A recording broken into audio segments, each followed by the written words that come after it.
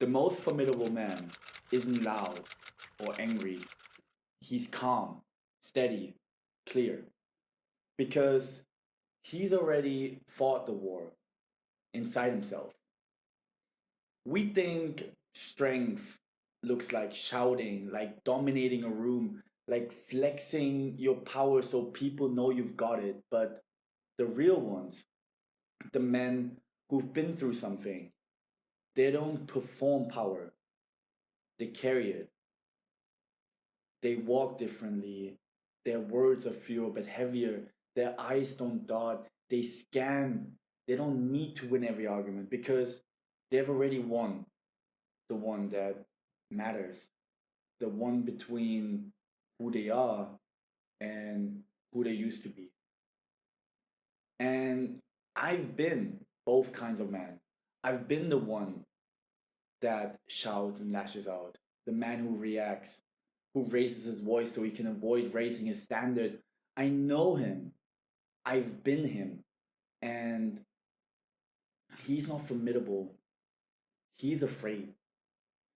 The formidable man doesn't fight because he wants to, he fights because he can and still chooses not to. So he knows his capabilities, he knows his edge, but he also knows his center. And that center, that's what discipline gives you. And stillness isn't the absence of conflict, it's the proof you've trained through it. Does that make sense? You don't get that from books. You don't get that from podcasts. You don't even get it from motivation. You get it from repetition, from decisions, from choosing alignment over emotion, over and over again. So when I talk about discipline today, I'm not talking about being perfect. I'm talking about becoming formidable. And that kind of man, he doesn't chase control, he embodies it. So let's get clear. Most people don't ask questions. If you want confidence, competence, purpose, you don't need more theory, you need more reps. Welcome back to Clearing Out, where we peel back the noise and talk about the real stuff. I'm Dominic Müller, and today we're diving into something that changed the direction of my entire life, which is discipline, right? But not the kind of discipline you would flash on Instagram, not a curated routine with matching fonts and hashtags. I'm talking about the real, the internal discipline, the kind that no one sees and everyone feels when you walk into a room. I've lived it, I've lost it, I've rebuilt it, and I've realized most people never even meet it because real discipline is quiet. It doesn't announce itself, it just is. Let me be clear from the start though. This episode isn't about me telling you what to do. I mean, I don't even like being told what to do. So I get it. This isn't a blueprint. This is not a checklist. It's not even a lesson, really. It's a mirror for myself and maybe a mirror for you too. Because here's the truth, every man I respect has faced a moment where he started drifting, where the edge got dull, the days got soft, the mind got noisy, and if you're not paying attention, you start moving through life half there.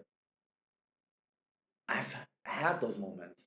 I mean, even recently, more than once, where I looked at myself in the mirror and thought, this isn't the man I'm becoming. This is the man I used to trying to avoid. This episode is me checking myself out loud with the lights on because clarity doesn't come from the silence, it comes from confrontation. If you don't confront the gap between who you are and who you could be, you will live forever in that space.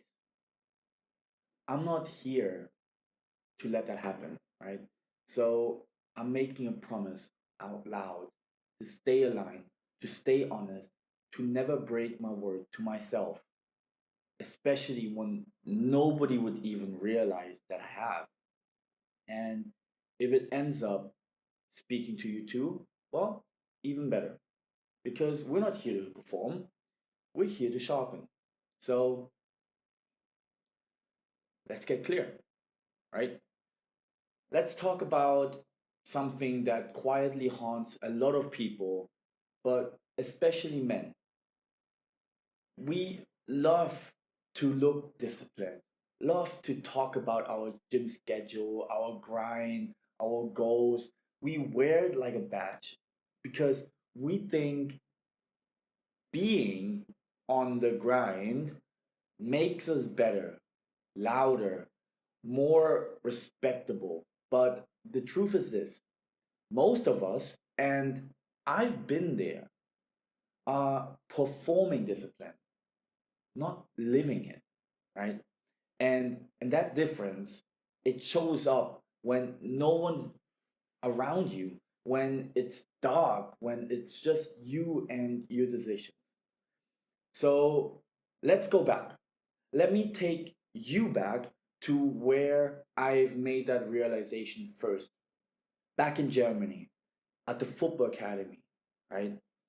So, I mean, we've talked about this before, but I've trained 5 days a week, structured training after school, weekends were game day, the moments you proved who you really are, right? But your job didn't end when training did. Not if you wanted to be on the lineup on the weekend. Because the ones who made it stayed after practice. Gym work, swimming laps, extra touches, repetition, details. We called it optional, but it wasn't really. Not if you wanted to earn your place on the lineup on the weekend. And here's what stuck with me the most, right? When you weren't performing, when your attitude slipped, when your focus dropped, the coaches didn't yell at you, they didn't punish you with more work, they did something way worse. They benched you, they took away your right to show up, to prove yourself, to fight. And that crushed me. Do you know what I mean? Because it wasn't the running that I missed. It was the chance to run, the chance to compete. Discipline isn't the punishment. It's it's the privilege to be allowed to train, to step on the field. That meant something. It meant you'd earn trust. Trust from your coaches, from your teammates, from yourself. That flipped something inside of me. It changed how I saw effort.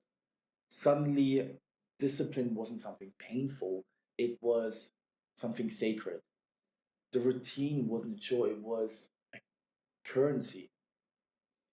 So let's be honest, back then, it was still external. Discipline came from the outside, right? Coaches, teammates, pressure, and a system that held you accountable. It was borrowed discipline. And here's the punchline, right? Borrowed discipline builds performance. but only self discipline builds character. So, what happens when the structure disappears? What happens when the eyes go away? When the scoreboard turns off? When there's no coach watching? Well, that's the moment. That's the test. That's where most men realize they've built nothing real. Because without the systems, the discipline leaves too.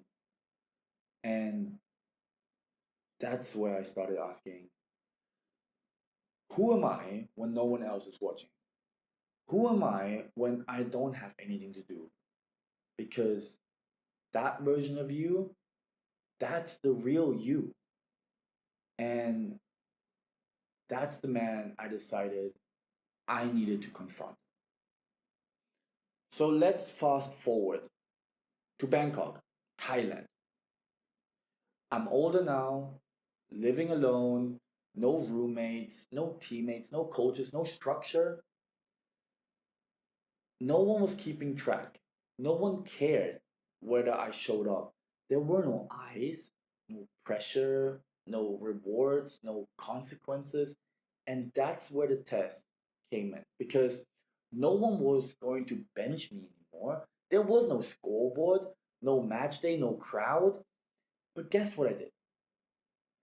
I still got up, 6 a.m., laced up my shoes, hit the road for a 5 kilometer run, came back, showered, went to university, did my classes, and then afternoon, I had my boxing training, right? Pads, sparring, conditioning. And in the evening, I'd come back to my apartment and I would do swimming laps, ice baths, stretches, sleep. 3 sessions a day, 6 days a week. One day I had for resting myself, and even that felt earned. And here's what made it powerful, I did it because I said I would, not because someone else was holding me accountable, not because I had to, but because I could. Now, I'm not telling you all of this to sound hardcore. This isn't about ego. This is about evidence, right? Because the truth is this, I had days I wanted to quit more than once, right? Days I wanted to sleep in. Days I looked myself in the mirror and I asked myself, why am I doing all of this? I didn't have to. But I kept showing up. I kept moving. I kept the rhythm because eventually something shifted in me.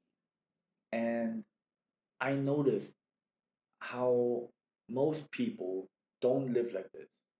Not because they can't, but because the world makes it easy not to, right?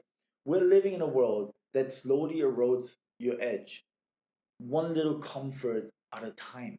And that moment, you reach for your phone before your teeth even hit the ground. The scroll you didn't need, the snack you didn't need, the hit of dopamine you didn't need. Each one might seem small, but they stack, right? Does that make sense? And over time, they bury something important.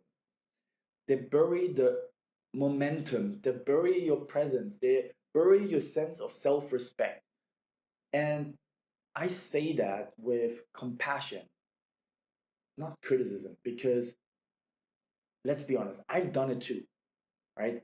I've had nights where I gave in, where I chose distractions, chose comfort, where I let myself drift. But the difference is this, right? I noticed. And the noticing, that's the first step back because that's what discipline really is, right? I was told that it doesn't mean you're perfect, it means you come back again and again to the promise that you have made yourself. The reps don't just build your body, they build awareness, right? And once you build awareness, you're no longer just surviving, you're shaping who you can become. Discipline is the art of returning to alignment every single day, especially on the ones where it would be easier not to. So, what does discipline actually give you, right? It's not likes, it's not followers, it's not six pack abs, not a place on a pedestal, but a place in yourself. Discipline gave me something I didn't expect. It gave me peace. Not the quiet, soft kind of peace, not a vacation or a break. I'm talking about a deeper stillness. The kind of peace that doesn't just rattle when things go wrong. The kind of peace that shows up in a way that when you breathe, when someone tests you, the kind of peace that lets you walk into any room and not need to prove a damn thing. Like discipline doesn't make life easier, it makes you more equipped. Does that make sense? It gave me a compass. Stay with me. Because once you've lived in alignment long enough, you start to feel it the second you drift. You catch it sooner, you course correct faster, you stop needing big wake up calls because you've trained your conscience to whisper louder than your cravings do. And here's the wild part, the deeper I went into it, the calmer I became. Let me be clear though, not quieter, calmer, more grounded, more focused, less reactive, less performative. I wasn't trying to win in conversations, I was trying to win back myself, right? And people started to notice, right? Especially in relationships, especially with women. But not because I was trying to impress anyone, but because energy doesn't lie and consistency is rare, right? When you've lived in discipline, you become safe, not because you're soft, but because you're stable, right? And safe doesn't mean boring, it means predictable in the ways that matter, right? Your words match your actions, your presence matches your promises, and your silence isn't withdrawal, it's intentional.